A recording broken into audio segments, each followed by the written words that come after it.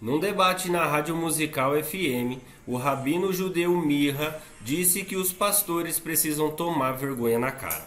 Assista esse vídeo e veja a reação do pastor César Cavalcante que estava debatendo com ele. Deixe o seu like nesse vídeo, se inscreve no canal para você também se tornar uma chama viva. Um ótimo vídeo e que Deus te abençoe. Então, uma pergunta que eu tenho para vocês, cristãos, como vocês interpretam isso? Porque lá tu vê carata, a moça vai chamar Emanuel e não que foi chamado Emanuel. É isso que eu falo, uma profecia. Você não pode chegar e agora eu tô vendo um jumento. Eu vou sentar no jumento para se concretizar as profecias. Quando eu leio o Novo Testamento, toda hora eu vejo isso. Eu vou fazer isso para se concretizar as profecias. Não funciona, as coisas têm que vir de uma forma natural e aí sim é uma profecia. Para mim, um profeta vir para um rei e falar, fica tranquilo, daqui a 700 anos vai nascer Jesus, e no que você acalmou o rei? Posso responder? Pode. Então, bora lá. Primeiro, ele está dizendo que o Emanuel seria o nome que a mãe chamaria a criança, né? Bom, eu te dei o texto, né, do capítulo 8, que é a continuação, e lá na continuação diz assim, penetrarão em Judá, inundando-a e passando por ele, chegarão até o pescoço. As alas estendidas do seu exército cobrirão a largura da tua terra, ó Emanuel. Esse Emanuel é aquele menino? É. Ou é Deus? É o menino. Esse menino, esse Emanuel aqui, você acredita que é o menino. Aí no versículo 10 diz assim, ó, forjai projetos e eles serão frustrados, dai ordens e elas não serão cumpridas. Porque Deus é conosco. Também é um menino? Exatamente. Todos os nomes judaicos têm a ver com Deus está com você. Por exemplo, meu nome é Michael. Quem é como Deus? Isso é uma prática normal de colocar nomes em pessoas. Então, mas o menino não existia. Por que nasceu esse menino? Na Então, nossa Torá oral está escrito que existia. Ele nasceu um filho instantaneamente? Instantaneamente. E ela Ele chamou... nasceu instantaneamente, não foi gerado em 9 meses? Não. Ele foi gerado num período... Aí, esse detalhe eu não sei te dizer, nem você sabe me dizer, porque na Bíblia não está. Eu sei te dizer. Mas onde está na Bíblia? É porque é o seguinte, não, porque não está escrito que o nascimento foi... Se fosse um nascimento como você está dizendo, então ele seria um nascimento ordinário de 9 meses de gestação. Só que o texto já trata como se o menino existisse. Então não dá para você aplicar como sendo aquele garoto. Aí fica uma questão que eu queria deixar para você, que é o seguinte, você fez uma pergunta assim, qual sinal acalmaria o profeta Ahaz, o rei Acaz? Bom, você é judeu, cara. Então os judeus, você vai lendo o texto da Bíblia, do nada aparece uma profecia que não tem a ver com aquele momento. Então você pega, por exemplo, Abraão. O Abraão estava desesperado lá no capítulo 15 de Bereshit, lá de Gênesis, e aí chega Deus e aí ele fala assim, meu servo, meu herdeiro vai ser um Damasceno, não sei o que e tal, e aí Deus fala para ele, então eu vou explicar como é que acontece. E aí ele fala que o que Deus tinha falado para ele que ia acontecer, que o próprio Abraão achava que era naquela geração, seria 400 anos depois. Então o fato de ter uma profecia que surge no meio do caminho, jogando para centenas de anos depois, isso não é a primeira vez que acontece, não é a segunda vez que acontece, não é a milésima que acontece. Isso acontece o tempo todo dentro do corpo do Tanar. Então, isso não é uma maravilha, não é uma exceção aqui em Isaías, aparecer uma profecia no meio de um fato que está acontecendo ali, se desenrolando. Você é um cara que estuda, você sabe que isso acontece o tempo todo na Bíblia. É verdade, mas o que aconteceu naquele episódio de Abraão? Abraão perguntou, Bamé edá kirashera, como eu vou saber que eu vou herdar a terra de Israel? Naquela época ele não era um povo ainda. Então Deus adormece ele, faz ele entrar num profundo sonho, faz aquele pacto das partes e mostra para ele tudo o que vai acontecer com a semente dele. Isso óbvio que vai acalmar ele, mesmo sendo isso depois de 400 anos. Na verdade, eu que teria que perguntar para vocês como fecha a conta dos 400 anos. Os únicos que conseguem fechar as contas dos 400 anos são os judeus estudiosos da Torá oral. Porque a conta não fecha em 400 anos. Mas não tem problema, esse não é o nosso tema. De qualquer forma... Deus acalma Abraão dizendo o seguinte... É que primeiro só vocês que têm o dever de fechar essa conta, né? Mesmo. Então, nada não, mais isso justo. não é verdade. Isso não é verdade o que você está falando. Porque assim, nós judeus não nos atrevemos a explicar o Novo Testamento. Não sou autoridade do Novo Testamento aqui. Só criticar. Sim, porque... Como você estava fazendo agora há pouco. Porque o assunto nem é a Berit Hadashah. Eu citei Berit Hadashah aqui? Mas Eu citei, Mirra? Eu sei, mas por que você está me levando à Virgem? Porque no Novo Testamento diz que vai vir um cara que vai ser o Deus, ele é o Deus e ele vai salvar o mundo e ele é filho da Virgem. Por que a gente está discutindo isso se não é por isso? Mas assim, você está dizendo assim, ó, nós judeus não nos atrevemos a discutir o Novo Testamento. Não, se atreve sim. Você está fazendo isso agora. Eu não estou interpretando o Novo Testamento. Está. Não estou. Está quando você cita o texto, que você citou agora há pouco da Berit Hadashah, e não concorda, você tá interpretando. Só que você está dizendo que não faz isso, mas faz. Não fazemos isso. Nós, judeus, não fazemos isso. Mas pastores ousam a interpretar o Velho Testamento e agora você acaba de me dizer que não é sua obrigação de saber isso. Não, de saber não. Eu não. É assim, ó. Por que Isaías sim serve para você? Certo. Nós cristãos entendemos que a Bíblia como um todo, no nosso caso, o Tanar completo e a Berit Hadashah, o Antigo Testamento para nós, que para você é o Tanar, e o Novo Testamento para nós, nós entendemos isso como revelação. Então, acho que o judeu também entende o Tanar como revelação. Deus está se revelando através do texto. Toda a teologia cristã é baseada em cima da revelação. O que acontece é que nós leremos coisas, nós diante do mesmo texto, veremos coisas diferentes, porque nós cristãos entendemos que Jesus Cristo é o cumprimento, é o sensus plenior de todas as profecias do Antigo Testamento. Então, eu vou ler aquele texto e tenho a tendência de entender, e não só eu, vários rabinos que se converteram ao cristianismo, vários, milhares, também entenderam assim, que Jesus Cristo é a leitura para as grandes profecias do Antigo Testamento. E isso inclui essa de Isaías 7,14. E por que todos os pastores e até rabinos que entenderam que Jesus Cristo é todas as profecias do Velho Testamento não sabem ler a Bíblia? Você pode ver. É inacreditável. Se você entra numa sinagoga messiânica, por favor, leia para mim a Torá. Não sabem. E por que pastores sabem... Você lê em hebraico, você fala? Mas não é a Torá. Não, é só fazer um curso de hebraico e ler. E por que não tem? Essa foi minha primeira pergunta. Porque não é uma obrigação.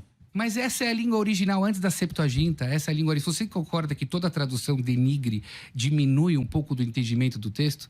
Por que você encontra pastores que sabem explicar Isaías 7, Isaías 53, mas não sabem explicar Levítico? Mas é a mesma Bíblia, é o mesmo Tanar. Então, porque assim, vamos lá, vamos falar então de traduções. Não foram os cristãos que inventaram traduções. Verdade. Quando o cristianismo surgiu, Jesus, por exemplo, que é o nosso Salvador, ele usava, por exemplo, esse livro aqui. Quando Jesus citava a Bíblia, ele citava através do texto grego. Então, se Jesus usava uma tradução, não vejo problema nenhum usar a tradução. Agora, você falou uma coisa que é verdade. A tradução, você traduz parabéns para você do português para o hebraico. Vai perder alguma coisa. Traduz do hebraico para o português. Vai perder alguma coisa. Agora, nós entendemos que o texto original é inspirado pelo Espírito Santo, tanto o Antigo Testamento, que é o Tanar de vocês, quanto o Novo Testamento para nós. Agora, eu não tenho que ser um especialista. Nem todos os judeus também leem a Torá. Verdade. Eu sou um guerreiro veja, pro meu próprio povo, você dizendo está como... fazendo uma crítica, Verdade. mas essa crítica no seu quintal não funciona. Aceito 100%. Exato. Então, por exemplo, eu fui participar de um culto de chegada do Shabat, como vocês chamam? Da sexta-feira. Da sexta-feira. Lá na sinagoga aqui da de Pinheiros, como chama ali, da número 10.000 ali? Da Hebraica. Sim. E aí eu sou muito amigo do rabino e tal, e eu fui lá porque eles foram, eu fui receber uma homenagem lá na sinagoga. Beleza. Aí o pessoal que me convidou, são judeus, brasileiros e tal, e aí eles estavam lendo, me deram o texto transliterado. Fala aí pro pessoal agora, o pessoal não lê o texto hebraico. Canta no texto hebraico, mas lendo o texto transliterado.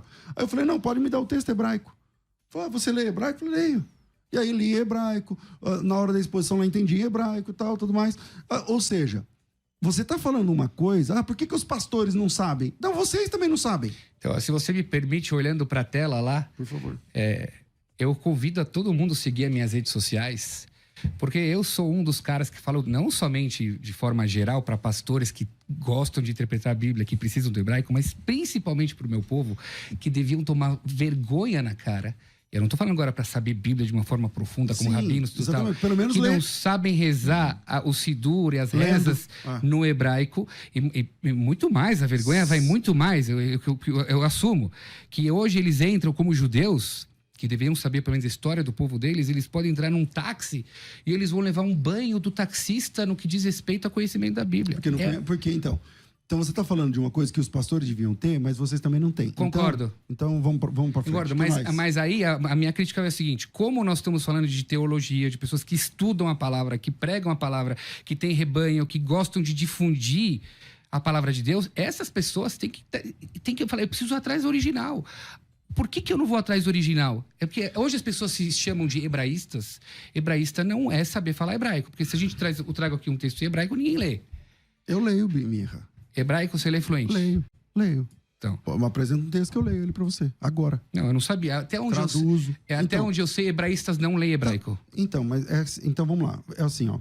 Você está dizendo uma coisa que a sua comunidade, eu não quero ser deselegante, não vive. Então Isso eu já assumi. Ok, beleza.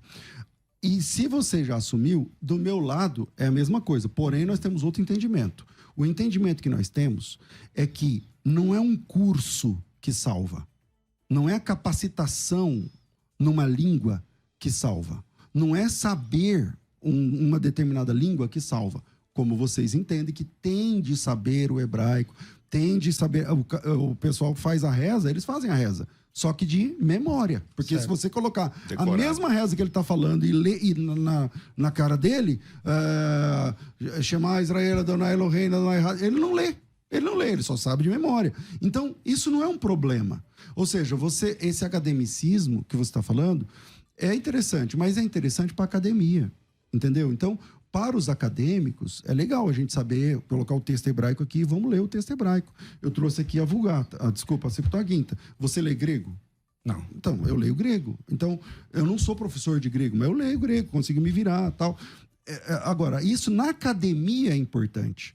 Agora, para você teologar com a pessoa, ela não tem que ter um diploma, ela não tem que saber necessariamente a outra língua. É verdade, nós somos todos acadêmicos, nós somos especialistas de Bíblia, nós procuramos uma verdade, que Bíblia é diferente de qualquer outro conhecimento. Não, tudo bem. A Bíblia é uma forma de viver, certo? Então a gente quer procurar a verdade. Mas na verdade a gente não está fugindo do tema, pastor. Nós estamos discutindo aqui uma questão que nasce por causa desse assunto Alma e Betulá.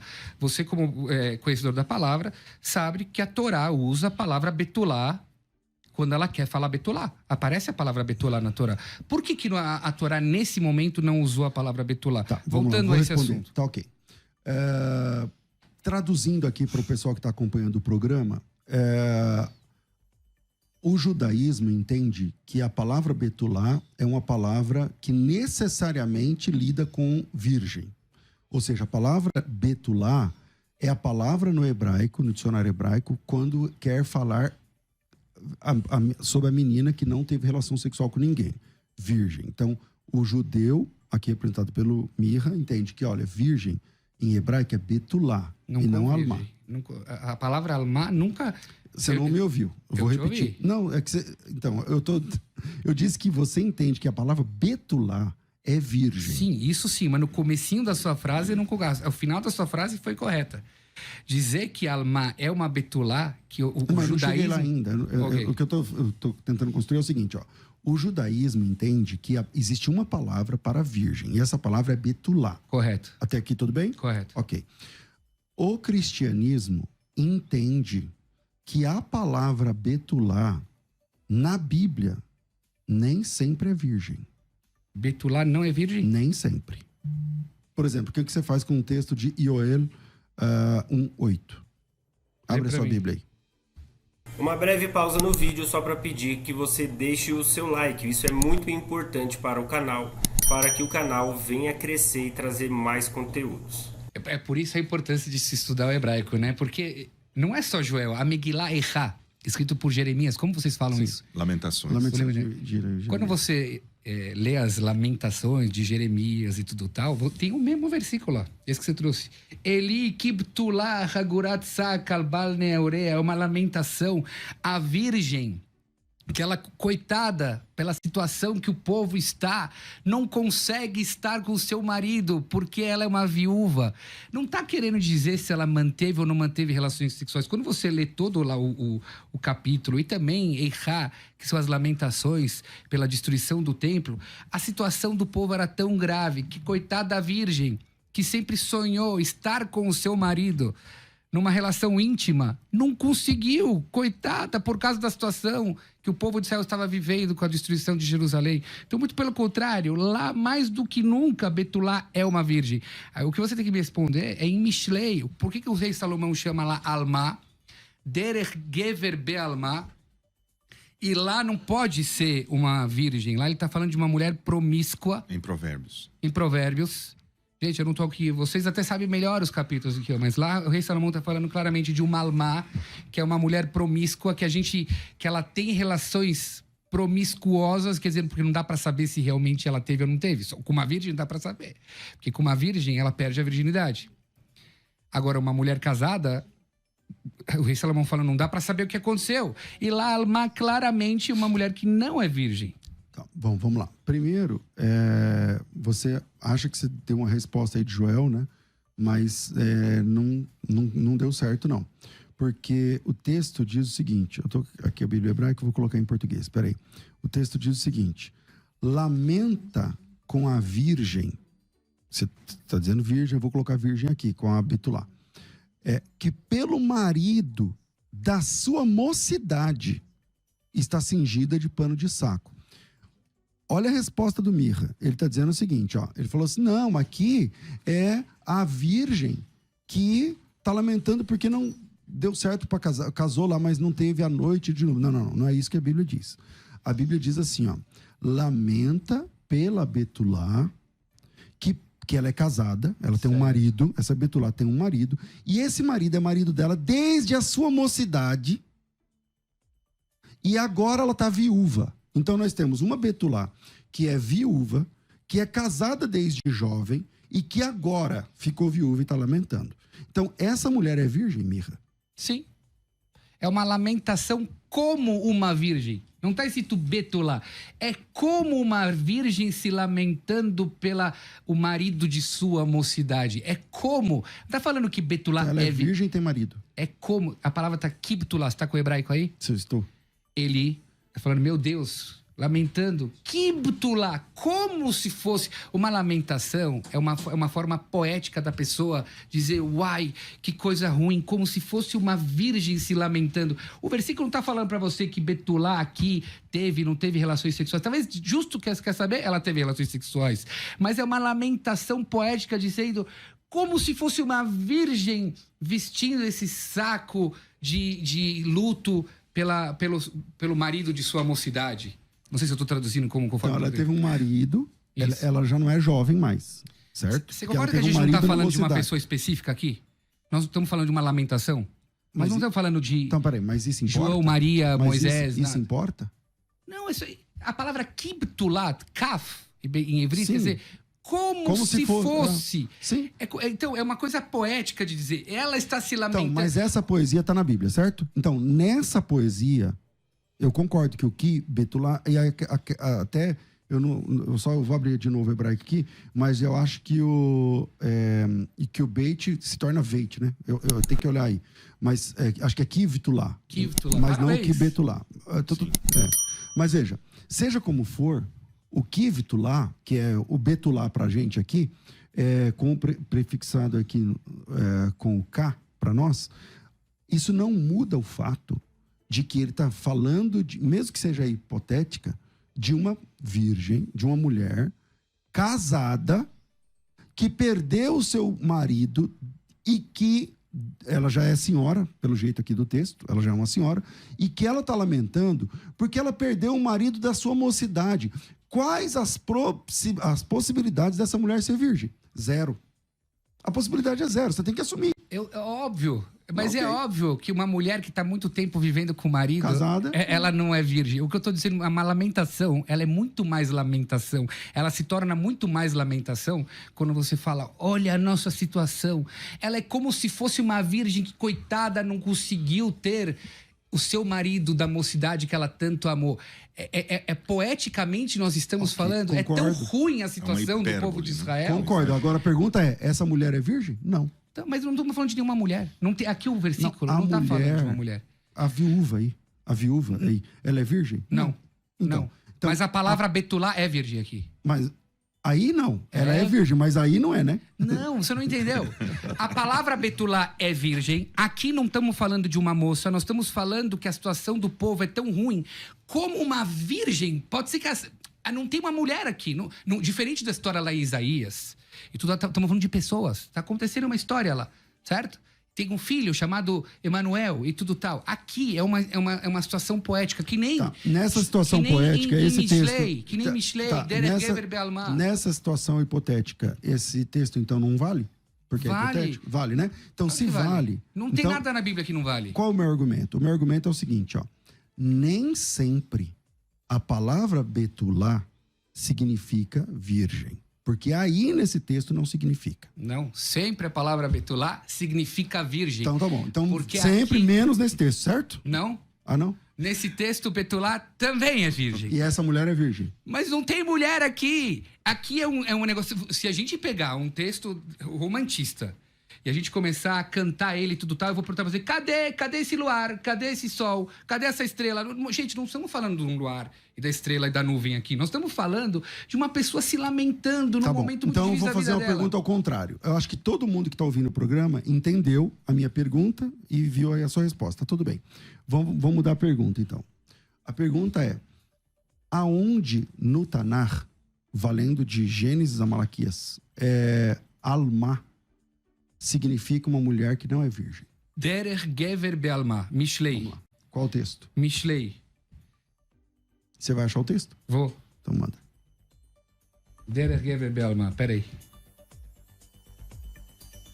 Vai compartilhando aí com Ô, seus vai, amigos. Vai falando em português para o pessoal entender, né, amado? certo. Por favor.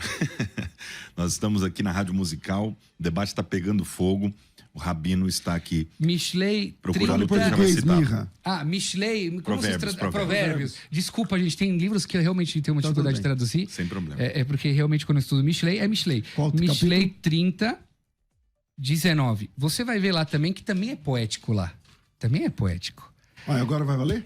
Não, mas agora mesmo poético não você valia, vai mas ver, agora você vai vai valer. ver que eu vou continuar com a minha linha. Eu não vou mudar minha Então vai, cabeça. vai lá, Continua sendo poético, mas lá a poesia está se referindo a uma mulher promíscua. Me dá o texto aí, capítulo qual que é? 30, 19. Mishlei 30, 19. Que, aliás, eu acho que a Septuaginta traduziu errado também. Porque eu não posso 19. dizer porque eu não sei ler grego. Tá. Você pode. Tá. O caminho da águia no céu, o caminho da cobra na penha, o caminho do navio no meio do mar, o caminho do homem com uma virgem, Aí com uma donzela. eu te pergunto, tem aqui uma águia? Não tem. É poético, concorda? Tem um navio que estamos falando de um navio específico? Não. Nós estamos falando de uma mulher aqui também. Como o caminho de uma mulher, lá está escrito Alma, no hebraico. E lá está se falando, o rei Salomão está falando, do mesmo forma que a gente não consegue ver os rastros de uma águia andando, o rastro do navio, a mesma coisa a mulher promíscua, que a mulher promíscua, ela já não tem mais um sinal. Onde você viu a palavra promíscuo aí? Não, eu tô explicando o texto para você. Qual é o texto? O que quer dizer tá falando? A águia está voando. O que quer dizer? Obrigado, a água está voando. O que Salomão está querendo dizer? Que do mesmo jeito que a águia está passando e não deixa rastros, o navio passa e não deixa rastros. Existe uma Derech Gever Be'alma, um homem, o caminho do homem na sua alma, que não deixa rastros. Qual é a mulher que tem relações sexuais com o seu marido e não deixa rastros? A virgem ou a casada? Então, Só a casada. Essa é a sua interpretação do texto. Mas vamos lá. O texto diz assim: há 3 coisas maravilhosas demais para mim, tal. O caminho da águia no céu, o caminho de uma cobra na penha, o caminho de um navio no meio do mar, o caminho de um homem com uma donzela. Bom, espera-se que o homem que vai se casar e tal, na Bíblia, especialmente no judaísmo, que essa moça fosse virgem. Entende? Mas tem algum texto claro onde a palavra alma é uma mulher que não seja virgem? Não, e por isso que judeus concordam que uma alma pode ser uma virgem, mas a tradução da palavra alma é jovem, como lá no comecinho de Êxodos, quando Batia pega o menino da Teiva e ela volta para... Miriam. ela volta para boa, ela volta para Miriam e ela fala assim, o texto chama ela de Alma. Nem dá para saber se naquela época ela era virgem ou não era Não, virgem. é porque ela tinha uns 12 anos. Então é uma mocinha. É uma era mocinha. virgem. Então o versículo Êxodo usa... 2:8. Isso, o versículo usa para a palavra moça, Alma. Pode ser que ela é uma virgem? Pode ser.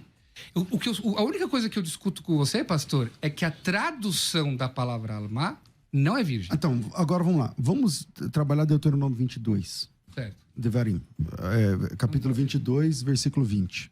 O texto diz o seguinte, aí vai aparecer, eu acho que é Betulá de novo, né? Que é a palavra que você entende que sempre como virgem, muito embora menos em Joel. Mas vamos lá.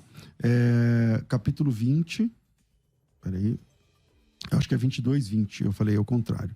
É 22, 20, eu falei 20, 22. Então é capítulo 22, versículo 20. O texto diz o seguinte, Mirra, ó.